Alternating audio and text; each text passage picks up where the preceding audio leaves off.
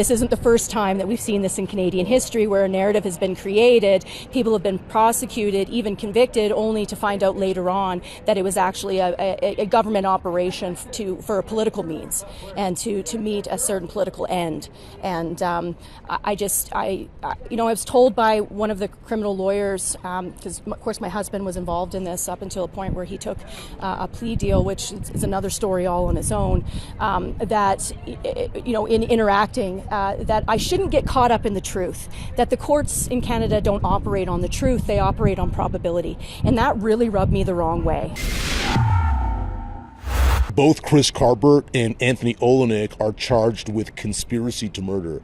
The Crown is accusing the two men of conspiring to murder police officers during their time at the 2022 Coutts protest and blockade. Rebel News has been on this story since its inception at the 2022 Coutts protest and blockade, where we had our own reporters embedded in reporting on the day-to-day events as they unfolded. Fast forward to today, here we are in July 2024, and we're still here in this trial every single day in the courtroom, whereas our so-called mainstream media competitors are essentially nowhere to be found. They're also both charged with unlawful possession of a firearm for a dangerous purpose and mischief over $5,000. Anthony Olenek is additionally charged with unlawful possession of an explosive device for a dangerous purpose. The two men have pled not guilty to all the charges against them. Remember that the 2022 Coutts protest and blockade, much like the Freedom Convoy in Ottawa at the same time, was a civilly disobedient and peaceful demonstration against all of these orders and edicts and mandates issued by all levels of government and marketed as this public health endeavor to reduce COVID-19 transmission. Marilyn Burns, the attorney representing Anthony Olenek, closed her arguments today. A good chunk of today's proceedings were dedicated to examination and cross-examination of Jacqueline Martin, a woman who attended the Coutts protest and blockade, who was invited to testify by Marilyn Burns. Jacqueline Martin is the common law wife of Jerry Morin. And Jerry Morin is a former, let's say, member of the Coutts Four, the original four men, four defendants, who were charged with conspiracy to murder. That group of four included Chris Carbert and Anthony Olenek, who are still being charged with that crime. Jerry Morin accepted a plea deal. He pled guilty to a lesser firearms charge and was sentenced to time served in remand. The fourth member, Chris Lysak, also pled out to a lesser firearms charge in February, and like Morin, was sentenced to time served in remand. The purpose of my testimony was to dispel the theory of the Crown that there was some sort of a gun drop that took place during the time that everyone was attending Coutts. And that is what I was there to dispel, was to tell the truth about what actually was dropped, which were socks and underwear, a grinder, and a guitar.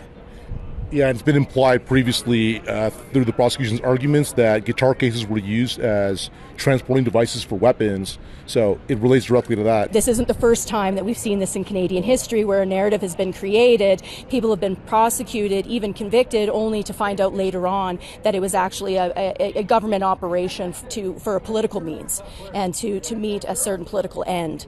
And I was told by one of the criminal lawyers, because of course my husband was involved in this up until a point where he took a plea deal, which is another story all on its own, that in interacting, that I shouldn't get caught up in the truth, that the courts in Canada don't operate on the truth, they operate on probability. And that really rubbed me the wrong way. Actual exchange between lead prosecutor Stephen Johnson and yourself, there were a series of questions he was asking, which were basically statements punctuated with a question mark.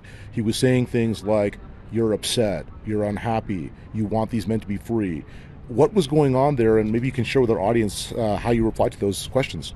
I think that was just a tactic for Mr. Johnson to try to discredit me, and also to paint the picture that I'm some angry, person that just came in there out of anger, which is not the case at all. I am definitely frustrated with these trials. Of course, as everyone knows from your reporting, I have my own charges that I'm dealing with. I find these to be very senseless use of taxpayer money, especially in a situation in Canada where crime has gone through the roof, real crime, and we're putting off, prosecuting or even investigating true crimes by putting resources towards this. Also, again, it's incredibly important to me that the truth is stated somewhere. And so I think that he was trying to paint me as someone that had some sort of an axe to grind or a bone to pick, instead of someone who's directly involved, that has pertinent and valid and relevant information that needs to be shared with the jury. Dear Rebel News audience, remember that producing this in-the-field original journalism comes with costs.